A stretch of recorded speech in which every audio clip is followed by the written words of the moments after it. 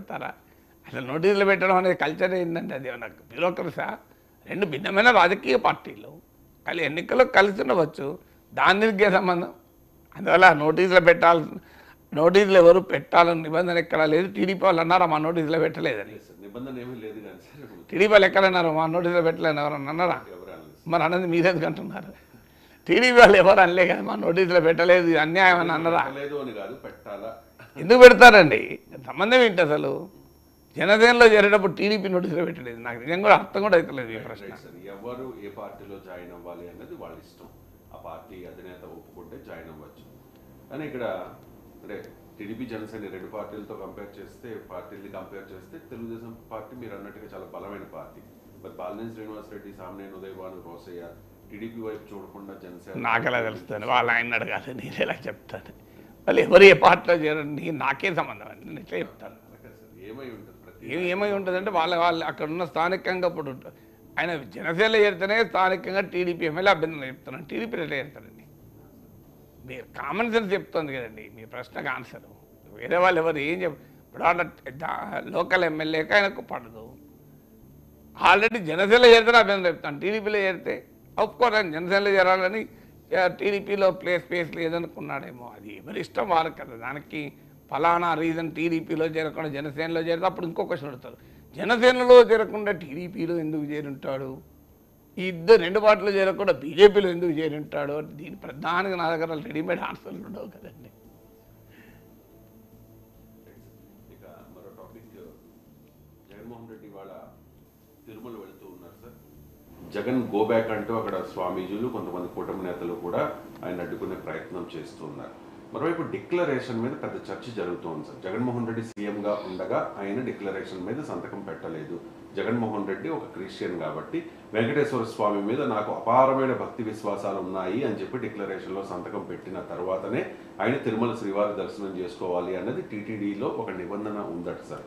So declaration ఇవ్వాల్సిన అవసరం లేదు అని చెప్పి వంగ గీత చెప్తూ ఉన్నారు. ఆయన శ్రీవారి భక్తుడు, మానవ సేవే మాధవ సేవ, ఆయన ప్రజలకు ఎంతో సేవ చేశారు కాబట్టి ఆ దేవుడి మీద కూడా అపారమైన గౌరవం ఉన్నట్లే అని చెప్పి ఒక చిన్న లాజిక్ చెప్తూ ఉన్నారు. దాంతోపాటు డిక్లరేషన్ ఇవ్వాల్సిన అవసరం లేదని కూడా చెప్తూ ఉన్నారు. ఒకసారి వంగా గీత గారు బయట ఏం డిక్లరేషన్ ఇవ్వాలి? జగన్మోహన్ రెడ్డి గారు డిక్లరేషన్ ఇస్తారు, మీరు ప్రూఫ్లు ఇవ్వండి. ముందు మీరు ఏదో వాయిస్ ఓవర్ గా ఇక్కడ అది జరిగింది, నేను ఇది జరిగింది అది జరిగింది కాదు, నిజమైన ప్రూఫ్లు మీరు బయట పెట్టండి, అప్పుడు డిక్లరేషన్ ఇస్తారు. ఎందుకన్నా దేవుడు ఏ మతం దేవుడైనా కావచ్చు, దేవుడిని 100% మనస్ఫూర్తిగా నమ్మిన వ్యక్తి, మానవ సేవ మాధవ సేవ నమ్మిన వ్యక్తి జగన్మోహన్ రెడ్డి గారు మించిన వాళ్ళు లేరని నేను చెప్తాను. ఏం డిక్లరేషన్ ఇవ్వాలి? జగన్మోహన్ రెడ్డి గారు డిక్లరేషన్ ఇస్తారు. డిక్లరేషన్ ఇవ్వరు కూడదని ఆమె అనలేదు. మీ వర్షన్, మీ ఇంటర్ప్రిటేషన్. ఇస్తారు, ప్రూఫ్లు బయట పెట్టండి అన్నారు. ఇవ్వరు అని అనలే. పెడితే ఇస్తారన్న, మరి ఇవ్వరు అని అనలేదు కదా. మరి మీ ఇంటర్ప్రిటేషన్ ఇవ్వదు అన్నారు అని ఆమె అనలేదు. ఎక్కడ డిక్లరేషన్ ఇవ్వాల్సిన అవసరం లేదు, డిక్లరేషన్ ఇవ్వరు అనేది ఎక్కడ అనలేదు. అది మన ఇప్పుడు మీరు అన్నది వంగా గీత అన్నారని చెప్పారు కనుక నేను చెప్తున్నాను. వంగా గీత ఎక్కడ అనలేదు. ఆమె ఎలా చెప్తాండి? అది జగన్మోహన్ రెడ్డి చెప్పాలి కదా, ఆమె పనికి కాదు కదా.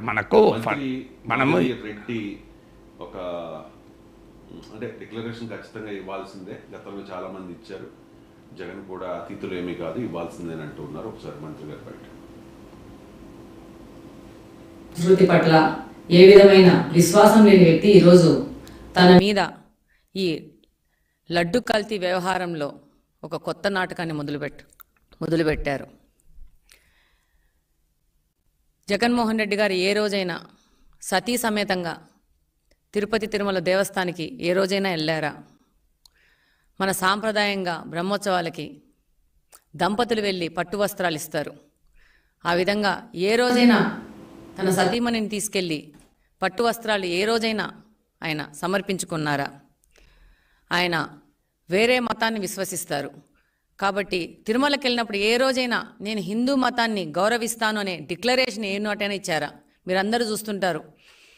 అబ్దుల్ కలాం గారు కానీ వేరే వాళ్ళు ఏ అన్యమతస్థులు తిరుపతి తిరుమల దేవస్థానానికి వెళ్ళినప్పుడు డెఫినెట్గా అట్లా డిక్లరేషన్ ఇచ్చి దర్శనం చేసుకుంటారు. ఈయన ఏ రోజైనా ఈ డిక్లరేషన్ ఇచ్చారా? పవిత్రమైన తిరుమల తిరుపతి దేవస్థానం యొక్క లడ్డూను అపవిత్రం చేసి దానివల్ల వస్తున్న నష్టాన్ని భర్తీ చేసుకోవడానికి కొత్త కొత్త నాటకాలు మొదలుపెట్టారు. లడ్డూను తయారు చేసే నెయ్యిలో అన్యమతస్థులు తిరుమల శ్రీవారి దర్శనం చేసుకోవాలంటే డిక్లరేషన్ ఇవ్వాలి అనేది టీటీడీ రూల్స్. జగన్మోహన్ రెడ్డి ఇప్పటివరకు ఫాలో అవ్వలేదట, ఇప్పుడైనా ఫాలో అవ్వాలి అనేది అని మనకు తెలియదు. ఇప్పుడు ప్రతిపక్ష నేతగా ఉన్నప్పుడు ఈ వివాదం రాలే, మరి అప్పుడు డిక్లరేషన్ ఇవ్వలేదు కదా. ఆయన నాకు గుర్తున్నంత వరకు ఆ పాదయాత్ర ప్రారంభంలో వెళ్ళాడు, పాదయాత్ర ముగింపు సందర్భంగా కూడా వెళ్ళాడు. అప్పుడు చంద్రబాబు నాయుడు ముఖ్యమంత్రి. అప్పుడు డిక్లరేషన్ మీద సైన్ చేయాలి అని చెప్పి టీడీపీ డిమాండ్ చేస్తే కానీ డిక్లరేషన్ ఇచ్చినట్లేదు. ఇచ్చారు సార్, నాకు సమాచారం. డిక్లరేషన్ ఇచ్చారు అప్పుడు ఇచ్చారు సార్. అప్పుడు ఇస్తే ఎప్పుడైనా అదొక దేవస్థానం, ఆ దేవస్థానంలో ఎంటర్ కావడానికి ఆ నియమ నిబంధనల్ని ఆ దేవస్థానం రూపొందించుకుంటుంది. దాంట్లో ఎవరైనా ఆటోమేటిక్గా దాన్ని ఆచరించాల్సిందే కదా. ఇప్పుడు మీరు స్టూడియోలో చెప్పులు విడిచి రావాలి అని పెడతారు. ఇప్పుడు కొంతమంది ఇళ్ళల్లో చెప్పులు వేసుకొని లోపలికి వస్తారు, కొంతమంది ఇళ్ళలో షూస్ బయట ఇడిచే రావాలి. అది ఆ ఇంటి నియమం అది. ఇప్పుడు మా ఇంట్లో షూస్ బయట విడిచే రావాలి ఎవరైనా. సో లోపలికి షూస్ వేసుకుని మేము రాము, ఎవరిని రానియము. ఆ నిబంధనలు ఎవరైనా పాటించాలి కదా. లేదు నేను మా ఇంట్లో కూడా షూస్ వేసుకొని తిరుగుతా, మీ ఇంట్లో కూడా తిరుగుతా అంటే అది ఎలా అవుతారు? మీ ఇంట్లో తిరగచ్చు. ఇప్పుడు ఒక రూల్ ఉంటుంది, షాపింగ్ మాల్లో ఎంటర్ కావాలంటే ఇంకో ఈ నిబంధన అని ఉంటుంది. ఇప్పుడు ఈ సినిమాలో చిన్నపిల్లలు చూడకూడదు అని ఉంటుంది, చూడకూడదు కదా. సో అందువల్ల ఒక దేవస్థాన నియమ నిబంధనలకు లోబడే ఆ దేవస్థానంలోకి ప్రవేశించాలి. ఎందుకంటే అది ఏదేముందైనా కానివ్వండి. అందువల్ల అన్యమతస్థులు వస్తే శ్రీ వెంకటేశ్వర స్వామి పైన విశ్వాసం ఉంది అని డిక్లరేషన్ ఇవ్వాలని ఆ టెంపుల్ నియమం. అసలు అన్యమతస్థులు ఎందుకు వస్తారు విశ్వాసం లేకపోతే అని ఇంకో ప్రశ్న. విశ్వాసం లేకుండా వచ్చి ఎందుకు దండం పెడతారు? ఓకే, దేనన్నా కారణాలు రీత్యా దండం పెడతారు అనుకుందాం. ఆ దండం పెట్టే వాళ్ళు ఆ కారణాల రీత్యా డిక్లరేషన్లు ఇచ్చుకుంటారు. సో బట్ ఏదైనా ఆ నియమము సూత్రము అమలైనప్పుడు అది ఏమీ హ్యూమన్ రైట్స్ వయలేషన్ కాదు. డిక్లరేషన్ ఇవ్వకూడదు అనేది, డిక్లరేషన్ ఇవ్వకూడదు అనేది హ్యూమన్ రైట్స్ వయలేషన్ కాదు కదా. హ్యూమన్ రైట్స్ వయలేట్ చేసేటువంటి నిబంధనలు ఉంటే కోర్టులు జడ్జిమెంట్లు ఇచ్చిన సందర్భాలు ఉన్నాయి. కానీ ఇక్కడ సింపుల్ ప్రిన్సిపల్, వేరే మతానికి చెందిన వ్యక్తి ఆలయాల్లో ప్రవేశించేటప్పుడు నాకు ఈ దేవుని పైన విశ్వాసం ఉంది అని డిక్లరేషన్ ఇవ్వాలి అని రూల్ ఉంది. అది ఎవరైనా పాటించాలి, వేరే మతస్థులు ఎవరైనా కదా. అందులో అది జగన్మోహన్ రెడ్డిని పాటించాలి. అయితే ఇప్పుడు జగన్మోహన్ రెడ్డి తనకు తానుగా నేను వేరే మతస్థుని కాదు, నేను హిందువుని అని చెప్పాను అనుకోండి, పంచాయతీ లేదు కదా. ఇప్పుడు మన దేశంలో మతాన్ని గుర్తించడానికి సర్టిఫికేట్ ఉండదు, కులానికి సర్టిఫికేట్ ఉండదు తప్ప మతానికి సర్టిఫికేట్ ఉండదు. ఇవాళ చాలామంది ప్రాక్టీసింగ్ క్రిస్టియన్స్ కూడా రకరకాల కారణాల రీత్యా వాళ్ళు అఫీషియల్గా హిందూస్గా ఉంటారు. మీరు చూడండి, కావాలంటే నేను ఇంకా వివరాలు బాగుండదు చెప్పడం, మన అందరికీ తెలిసిన విషయమే కదా ఇది. దళిత్ క్రిస్టియన్స్ అన్న పదం ఎందుకు వచ్చింది? లేకపోతే సో వాళ్ళు అఫీషియల్గా హిందూస్ కానీ, ఎందుకంటే క్రిస్టియానిటీలో మీకు దళిత్ అనే చర్చ ఎందుకు వస్తుంది? కానీ వాళ్ళు ప్రాక్టీసింగ్ క్రిస్టియన్స్ ఇట్లా కొన్ని వేల మంది ఉన్నారు. ఇప్పుడు జగన్మోహన్ రెడ్డి కనుక మనకైనా మత విశ్వాసాలు ఫలానా అని ఉన్న ఆ చర్చలు ఉన్నాయి కనుక, లేకపోతే ఎలా తెలుస్తుంది? ఇప్పుడు మీరు వెళ్ళారనుకోండి, మీరు ఏ మతస్థులో ఎలా గుర్తుపడతారు? అది జనరల్గా కాన్షియన్స్కి వదిలేస్తారు. ఎవరు ఐడెంటిఫై చేస్తానికి ఏముండదు. మనకి ఏ సర్టిఫికేట్ ఉండదు కదా, రిలీజన్ సర్టిఫికేట్ ఉండదు, కాస్ట్ అన్న సర్టిఫికేట్ ఉంటుంది. రిలీజన్ కాస్ట్ కూడా ఏముంటుంది? మీరు ఓసీలో ఏ కాస్ట్ అన్న సర్టిఫికేట్ ఉండదు కదా. మళ్ళీ మీకు కాస్ట్ అన్న పోనీ కొంతవరకు సర్టిఫికేట్ తీసుకోవచ్చు, నీకు రిలీజన్కి అయితే సర్టిఫికేటే ఉండదు. అందువల్ల మనిషిని చూసి నువ్వు గుర్తుపట్టలేవు. ఇప్పుడు మనిషిని చూసి గుర్తుపడడానికి స్కోపే లేదు కదా. ఒక హిందువు కూడా ఒక ముస్లిం అయినా కూడా డ్రెస్సింగ్ ప్యాటర్న్ ఎవరు ఏదైనా డ్రెస్ వేసుకోవచ్చు. అందువల్ల అది కాన్షియన్స్కు వదిలేసేటువంటి అంశము. కానీ ఇక్కడ జగన్మోహన్ రెడ్డి కనుక కాన్షియన్స్కు వదిలేయరు, అది రాజకీయంగా చర్చ జరుగుతుంది. ఆ చర్చ క్లోజ్ చేయాలని సంతకం పెట్టి వెళ్ళిపోతే మనం అయిపోతుంది. ఏం తప్పు కాదు కదా. ఏముంది, వేరే మతాన్ని విశ్వసించడం ఏం నేరం కాదు. ఏ మతాన్ని ఎవరైనా విశ్వసించవచ్చు. కానీ అది రాజకీయంగా నష్టం జరుగుతుందని అనుకొని ఉండవచ్చు.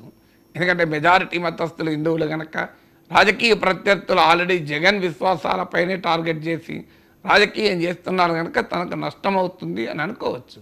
కానీ నష్టం కావాలని ఏం లేదు కదా. ఇప్పుడు రిషి సునక్ బహిరంగంగానే తాను హిందూ మతాన్ని నమ్ముతానన్నాడు. ఆయన శ్రీరామనవమికి గుడికి వెళ్ళాడు. తన ఈవెన్ ప్రధానమంత్రిగా కూడా హిందూ మతాచారాల ప్రకారం ఇంట్లో ప్రవేశించాడు. ఏం కాలే కదా ఆయనకు. సమాజం అంతా సంకుచితంగా ఉండాలని ఏమీ లేదు, కానీ మన రాజకీయం సంకుచితంగా ఉన్నాయి కనుక ఆయన అనుమానించవచ్చు. లేదా వేరే మతస్థుడైనా అని మెజారిటీ మతస్థుల్లో ఒక రాజకీయ వ్యతిరేక భావాలు ప్రత్యర్థులు క్రియేట్ చేస్తున్న సందర్భం కనుక ఆయన డిక్లరేషన్ ఇవ్వడానికి వెనకాడుతున్నట్టున్నారు. బట్ ఏదైనా ఈ వివాదం ముగియాలంటే డిక్లరేషన్ మీద సంతకం పెట్టే వెళ్ళాలి. ఎందుకంటే అయినా దీన్ని మతపరమైన వివాదంగా తిరుమల వెంకటేశ్వర స్వామిని చేయడం మంచిది కాదు. తిరుపతికి ఉన్న గొప్పతనం ఏంటంటే చాలా మత సామరస్యానికి మారుపేరైన దేవుడు. మీరు అడగండి, ఇప్పుడు మదనపల్లి, పొంగనూరు, తంబాలపల్లి ఈ ప్రాంతంలో ముస్లింలు కూడా తిరుమల శనివారం ఉపవాసం పాటిస్తారు. తిరుమల శనివారం అని అంటే ఎందుకు, మీకు అక్కడ సాంప్రదాయం, అది హిందూ ముస్లిం సంబంధం లేదు. బ్రహ్మోత్సవాల సమయంలో శనివారం రోజు ముస్లింలు కూడా ఉపవాసం పాటిస్తారు. కొంతమంది తిరుమల శనివారం అంటారు, మొక్కులు తెచ్చుకుంటారు వచ్చి ముస్లింలు కూడా. సో అలాంటి సామరస్యం అక్కడ ఉంది, ప్రత్యేకత. కొన్ని సేవలు, నాకు బంగారు కలవలతో పూజలు చేయడం అనే సేవ ఉంది. అది నేను ఒక దగ్గర చదివాను, సబ్జెక్ట్ కరెక్షన్. ఇలా వీటిని ముస్లిం భక్తులు కూడా ప్రారంభించారు, మొదలుపెట్టారంటారు. సో శ్రీ వెంకటేశ్వర స్వామి సేవలో తరించేటువంటి మతేతరులు చాలామంది ఉన్నారు. అందువల్ల అదే కదా గొప్పతనం, తిరుపతి తిరుమల వెంకటేశ్వర స్వామి గొప్పతనం. అందువల్ల దానికి వేరే మతస్థులు రాకూడదని ఎక్కడ నిబంధన లేదు కనుక ఆ దేవాలయ నియమ నిబంధనలను పాటిస్తూ వెళ్ళడం ద్వారా ఈ రాజకీయ వివాదానికి ఫుల్ స్టాప్ పెట్టచ్చు కదా. లడ్డు మీద ఎంత రచ్చ జరుగుతోంది సార్. ఇప్పుడు జగన్మోహన్ రెడ్డి వాళ్ళ తిరుమలకు వెళ్తూ ఉన్నారు. రేపు రాష్ట్ర వ్యాప్తంగా ఉన్న అన్ని ఆలయాల్లో కూడా నిరసనలు తెలియచేయాలని కూడా వైఎస్ఆర్ కాంగ్రెస్ పార్టీ శ్రేణులకు పిలుపునిచ్చారు. ఇప్పటికే కొన్ని ఆలయాల్లో నిరసనలు తెలియజేయండి, ఆలయాల్లో పూజలు చేస్తారు. అదే ఆలయాల్లో పూజలు చేసి ఈ చంద్రబాబు చేస్తున్న రాజకీయం మీద నిరసనలు తెలపాలని పిలుపునిచ్చారు. ఇప్పుడు స్వామీజీలు చాలా మంది పీఠాధిపతులు కూడా జగన్ గో బ్యాక్ అంటూ ఉన్నారు సార్. తిరుమలలో అంటే ఆల్రెడీ లడ్డు మీద ఒక రకమైన కన్ఫ్యూజన్, భక్తుల్లో ఒక రకం మనోభావాలు దెబ్బతినే పరిస్థితి. సో అక్కడ ఇంత అలజడి అవసరమా? అంటే ఇప్పుడు తిరుమల వెళ్ళిన అలజడి అవసరం అని చెప్పాలని నేను ఎలా చెప్తానండి, అవసరం లేదనే చెప్తాను కదా. అలజడి అవసరమా అని మీరు అడిగితే నేనే కాదు, ఎవరైనా అలజడి అవసరం లేదనే చెప్తారు కదా. అలజడి అవసరమో అని ఎవరైనా చెప్పగలరు ఈ దేశంలో? మరి రాజకీయం కోసం ఇంతలా జరుగుతుంది. రాజకీయం అంటేనే అది కదా. అలజడి అవసరమా అంటే అవసరం లేదు, దాంట్లో డౌట్ లేదు కదా. అలజడి కోరుకునేవాడు ఎవడైనా ఉంటాడు ఈ ప్రపంచం.